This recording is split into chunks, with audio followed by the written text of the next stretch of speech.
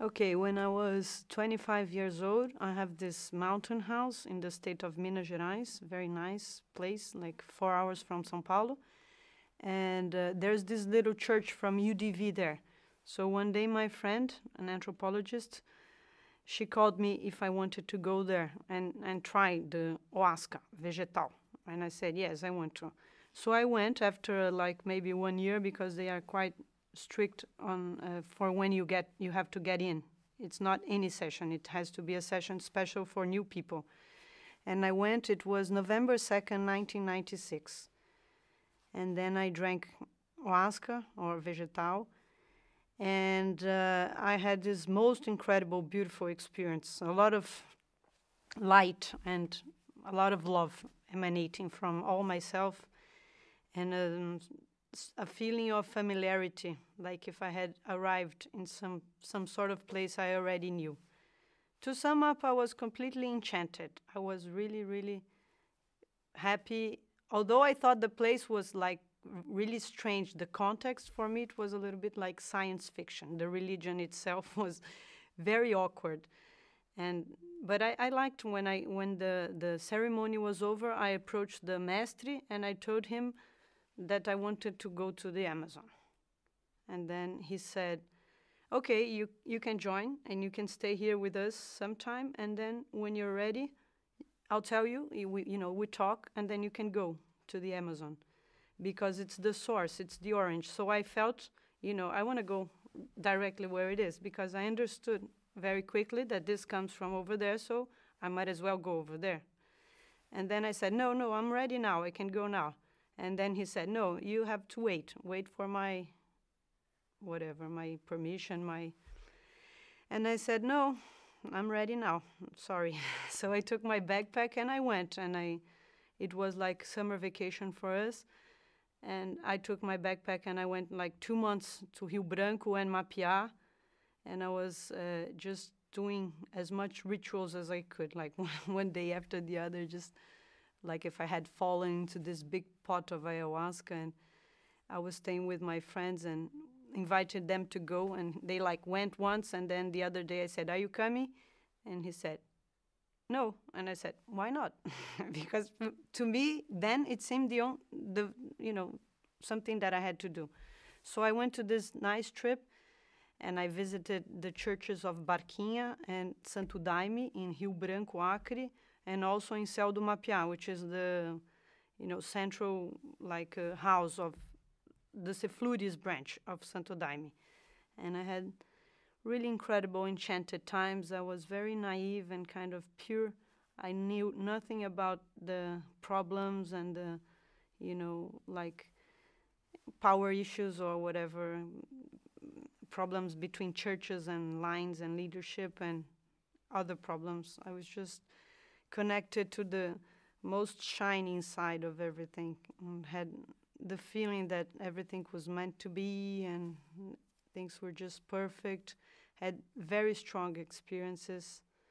And one time I thought like I saw everything, like I saw the orange and understood everything, the whole universe. So this ritual, it was in Mapiá, and I look at the little house that they were doing the ritual and the moon, and to me it seemed that really the house was going to the moon. So I didn't want to stay inside. I wanted to stay outside because I didn't want to go to the moon. I wanted to stay on Earth. And I thought I was seeing so much that I didn't want to talk anymore forever, and that I was going to be mute. So I decided to be mute. And then I was like about 5 hours mute, and everybody was trying to talk to me, and I was refusing to answer. And then this like 13-year-old girl came to me, and she convinced me to talk again. So she explained to me that, I was experiencing something strong and all that. And it was a great trip. I was staying the very last end of Mapiá with this super nice lady, a family. And then I had like one day in the ritual, I had some sort of inspiration, like some kind of mission, which I think it's very, very typical of the first times you drink ayahuasca, You get that messianic feeling that you have to spread the word of this brew to humankind, kind of a little salvationist.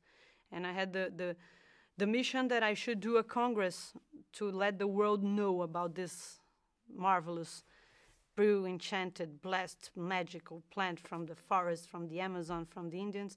And I came back to my university with that energy and that bright, looking in my eye.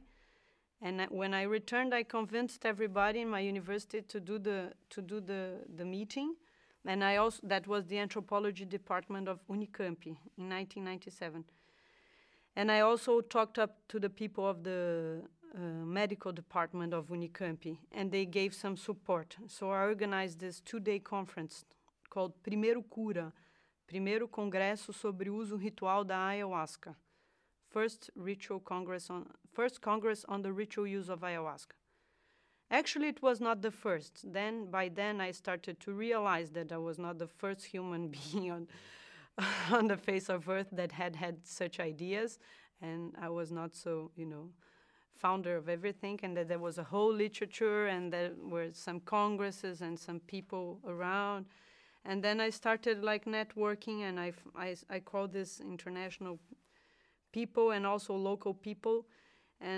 But it was a congress in like an important university and not like isolated in Acre, or more discreet little event inside a bigger event. It was one whole devoted congress to ayahuasca. So all the people that were involved came.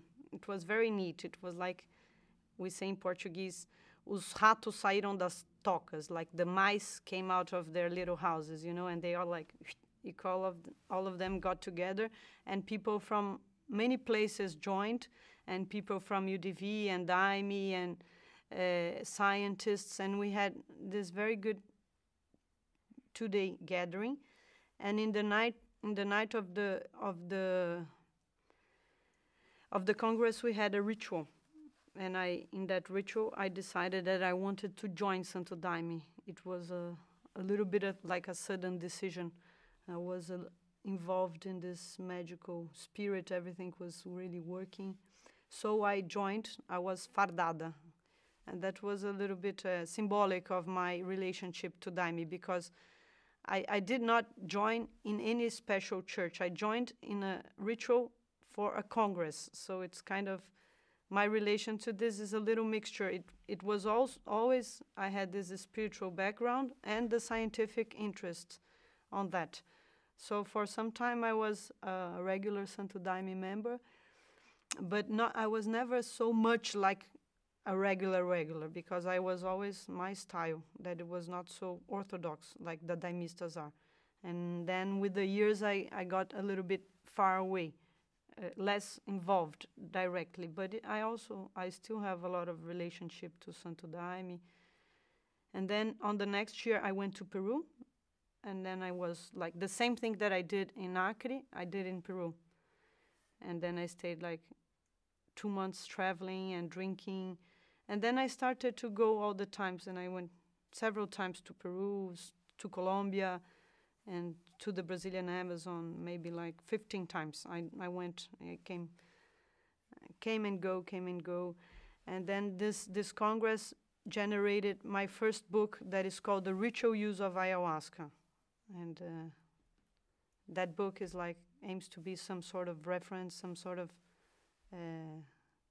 agenda to put together everything that has been written about ayahuasca, above all in Brazil, but that wasn't unpublished.